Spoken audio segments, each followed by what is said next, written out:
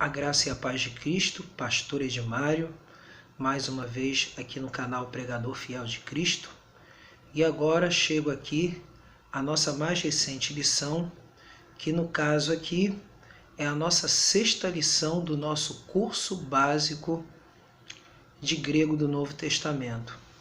Na aula passada me foquei mais na questão da análise das frases, análise das orações, ou seja, análise sintática delas, como preparação para o estudo posterior dos artigos, dos substantivos, dos adjetivos e dos pronomes na língua grega, no koiné. As respostas do exercício que eu deixei na lição 5 já estão no blog, todas as respostas. Eu não pretendo me estender muito nesse vídeo porque eu quero falar alguma coisa sobre formação de um vocabulário funcional para a língua grega. E para isto eu resolvi utilizar uma obra antiga, que agora não está mais assim no mercado, assim, né? Ela está esgotada, é uma obra antiga, que é essa aqui. É difícil lê-la porque já está um pouquinho desgastada. Quando eu adquiri já teve um tempo. Ela ainda é da época de que a editora Cultura Cristã ainda era chamada de Casa Editora Presbiteriana. É este livro aqui. Se você pode ler aqui, Gramática Exegética do Grego Neotestamentário, de William Douglas Chamberlain. Então, a nossa lição de hoje, ela vai versar acerca da formação de um vocabulário para a exegese, um vocabulário da língua grega. Nesse vídeo, essa lição se focará em dois radicais. O que é radical? São chamadas raízes de palavras, para falar sobre a formação do vocabulário na língua grega. Então, aqui eu vou fazer uma leitura desse mesmo livro na página 35. Vai falar assim: a necessidade mais fundamental ao estudante de qualquer língua é um vocabulário operacional. A aquisição desse vocabulário é para muitos estudantes laboriosa tarefa. E aí aqui eu quero mencionar outra parte também. No vocabulário todo do que se conhece do grego, e aí o que diz, né? Diz o quê? Que se conhece do grego, tais raízes não excedem o número de 400. O que é essa leitura aqui que eu estou falando? Que na formação do vocabulário da língua grega há aproximadamente 400 raízes, ou seja, 400 radicais que vão formar palavras. Raízes que vão formar palavras que tanto podem ser substantivos, tanto podem ser adjetivos, quanto podem ser verbos. Tá? Então, na realidade, é isso assim. Aí eu vou continuar lendo aqui. Na língua grega, calcam-se os termos todos em raízes ou troncos primitivos que encerram o significado básico de teor constante. Então, temos aqui o número de 400. E aí diz Chamberlain: assim pode o estudioso formar adequado vocabulário, aprendendo certos princípios de composição das palavras que o habilitarão a consegui-lo prazerosamente, ao invés de fazê-lo mediante puro e cansativo esforço mental. Aí aqui eu quero mencionar mais essa leitura. Há apenas duas classes destas raízes ou troncos. Uma propicia o elemento básico dos pronomes, a outra depara em relação às demais categorias gramaticais. A afinidade dessas raízes se estabelece em termos das consoantes. As vogais cambiam-se frequentemente. Então, nesse livro aqui, e aí você vai ver lá no meu blog, onde está postada essa lição, você vai ver o exemplo de logos e lego. Logos, palavra. Lego, falar. Você vai ver lá direitinho a explicação sobre essa parte. E aqui, sem mais demoras, eu vou mostrar duas tabelas que também estão na lição. E essas duas tabelas vão mostrar como se pode formar uma raiz de uma palavra que pode gerar também vários significados somente através dessa raiz. E a primeira delas eu quero mostrar que é a raiz dik. A raiz dik. Essa raiz dik, ela vai significar mostrar, indicar. E aí, obtém-se. Aí eu vou mostrar aqui. Vamos ver aqui se você consegue ler. Bem devagar. Vou aproximar aqui. Aí que temos dedik. Temos aqui mostrar, tá? Indicar, de onde obtém-se. Dike. Dike. Dike. Aí você vai ver aqui, ó. Tá vendo? Dike. Aí você tem aqui dike como o caminho indicado, isto é, aquilo que é reto, justiça, donde dike, direito e justiça. Você vai ver aqui, ó. Olha aqui, donde dike, direito, justiça. E aí continua-se. De caso. De caso. Você pode perceber aqui como foi colocada essa tabela. Ela está aqui, ó, já separadas as sílabas da palavra em grego. De caso. Aí de onde vai se encontrar o que? Esse significado aqui de caso. Aplico justiça. Faço o que é justo. Aí dá essa ideia. De caso. De caso. Aí outro, você tem aqui. Aí você tem, ó. De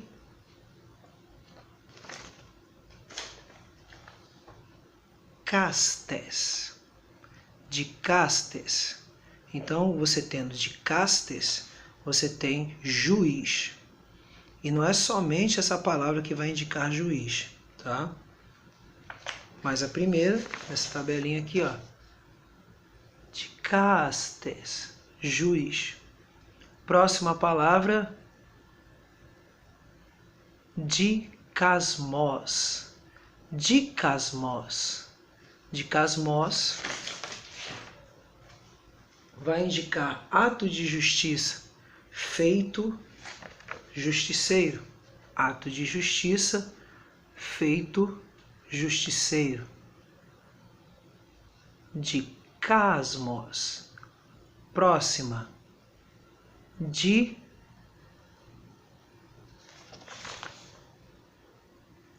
cásticos. Desculpe. Dicássimos. Dicássimos. Vamos ver aqui.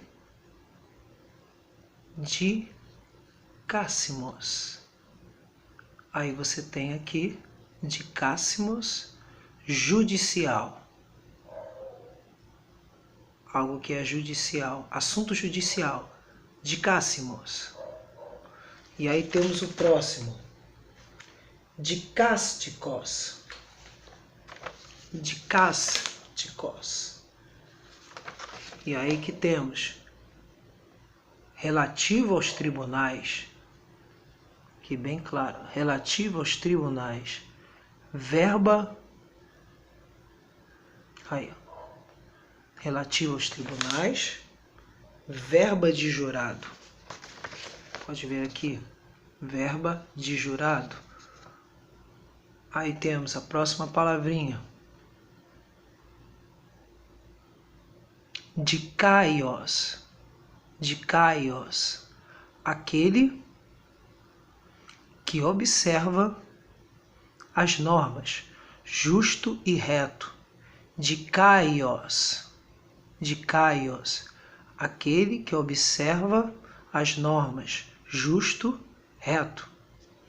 E aí aqui temos o verbo, de onde vem a ideia de justificar. Aí você tem, ó, dikaiō, dikaiō, declaro justo. Você vai ver que quando você quer escrever sobre a forma de um verbo no grego, eu começo a adiantar isso, de que você não vai falar a forma de um verbo utilizando-se do infinitivo. Você vai se utilizar normalmente da primeira pessoa do. No caso, a primeira pessoa, no caso aí, a primeira pessoa que não é do plural, né? Que no caso aí, a primeira pessoa que não é do plural, você vai se utilizar somente do singular. Então você tem aqui o singular é que você vai utilizar para falar e indicar um tipo de verbo. Primeira pessoa do singular e no caso do tempo presente. Então aqui, ó, dikaiō vai ser declaro justo. A próxima, dikaiōma. Dikaiōma, pode ver aqui, dikaiōma. Dikaiōma é o que? Ato justo, ordenança, decreto. Ato justo, ordenança, decreto. E aí temos aqui, próxima palavrinha, está aqui nessa tabela. Aí você tem, ó, dikaiōsis. Dikaiōsis, o ato de tornar reto. Você pode ver, ó, o ato de tornar reto. O processo de justificação. O ato de tornar reto, o processo de justificação. Dikaiōsis. Dikaiōsis. Dikaiōsis. E aqui temos mais uma palavra para indicar o ofício de juiz, que no caso é dikaiotes. Dikaiotes. Está aqui. Dikaiotes. Dikaiotes.